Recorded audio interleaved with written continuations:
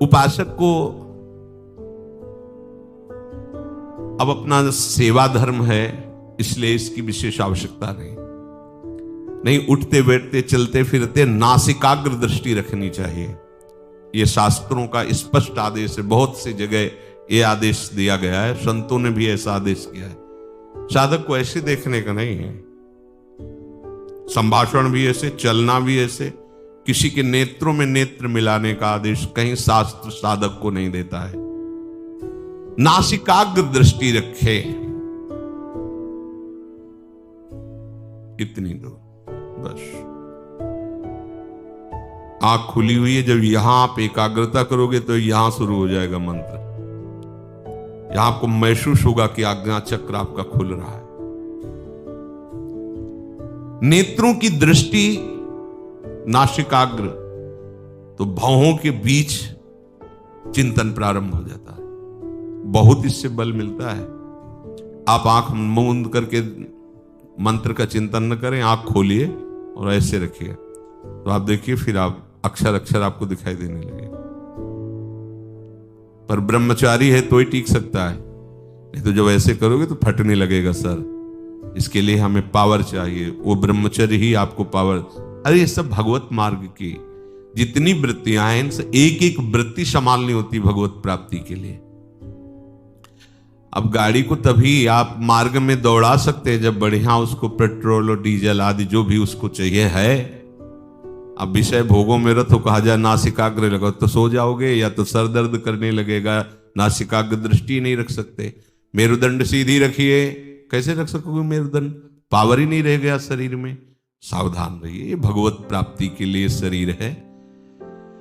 नासिका में विचरने वाले प्राण और अपान वायु को सम कर ले। ये योग के द्वारा भी होता है और भजन के द्वारा भी होता है।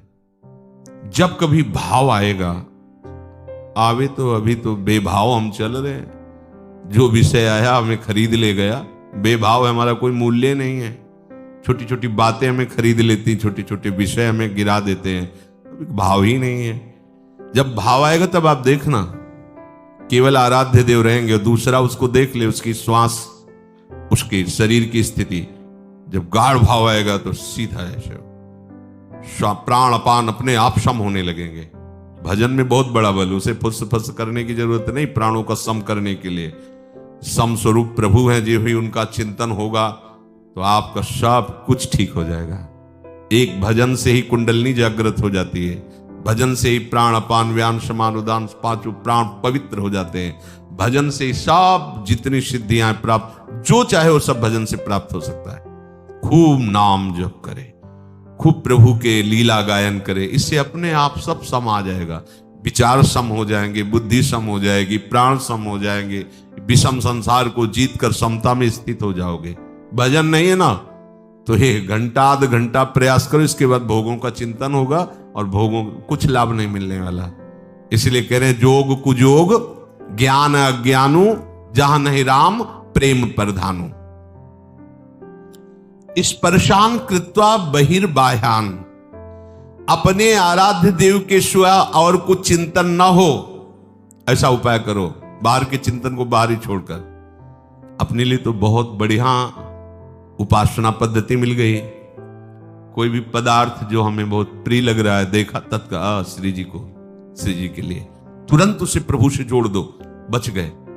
अगर आपके चिंतन में भी कोई वस्तु आ रही है और आपकी सेवा सामग्री नहीं है, आपका कोई संबंध नहीं, तुरंत उसमें भगवत भाव लाओ।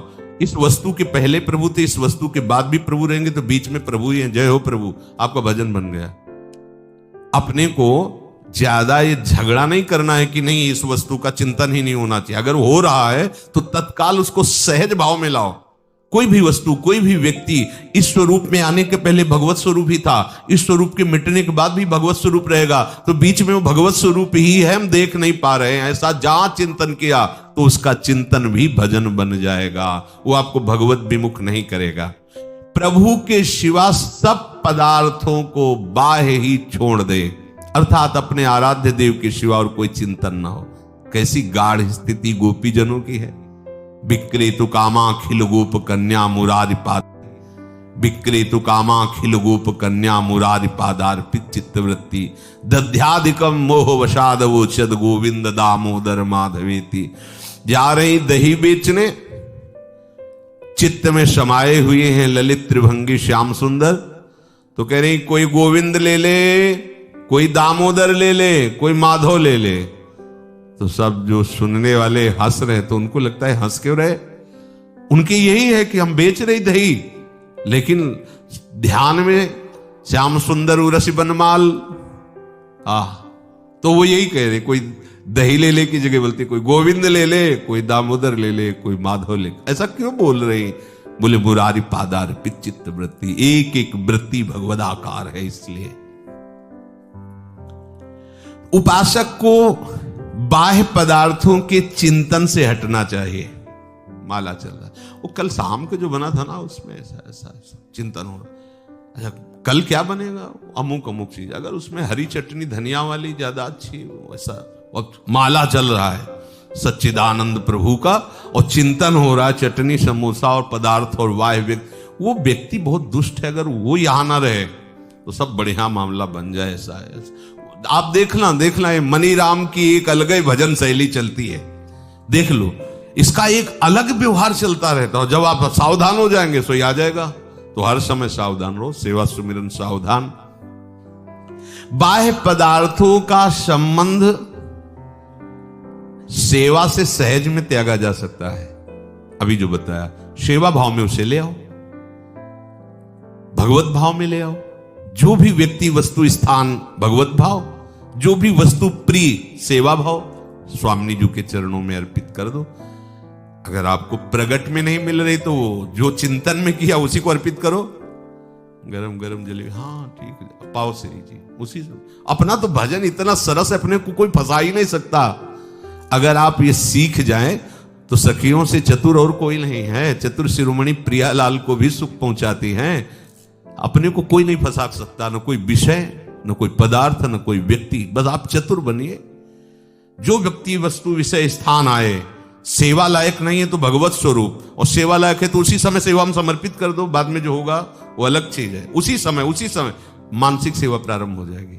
उसी समय सेवा, खाली मत रहो। बाह्य वस्तु आई तुरंत सेवा में अर्पित करो।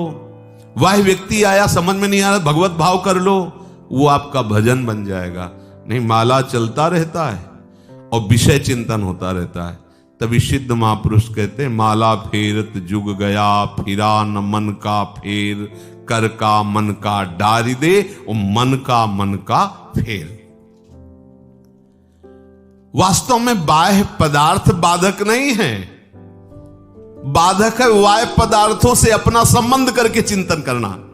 समझो कितनी सुंदर बात है। बाह्य पदार्थ हमारे भजन में बाधक नहीं है, बाह्य पदार्थों का भोक्ता बनना बाधक है। जो हमें प्रिय उससे राग, जो अप्रिय उससे द्वेष। राग द्वेष जनित पदार्थों का, व्यक्तियों का, वस्तुओं का चिंतन होना, यही हमारे परमार्थ में बहुत बड़ी बाधा है। और उसे प्रभु में ले लेना बहुत सरल है। चतुरता पूर्वक करो।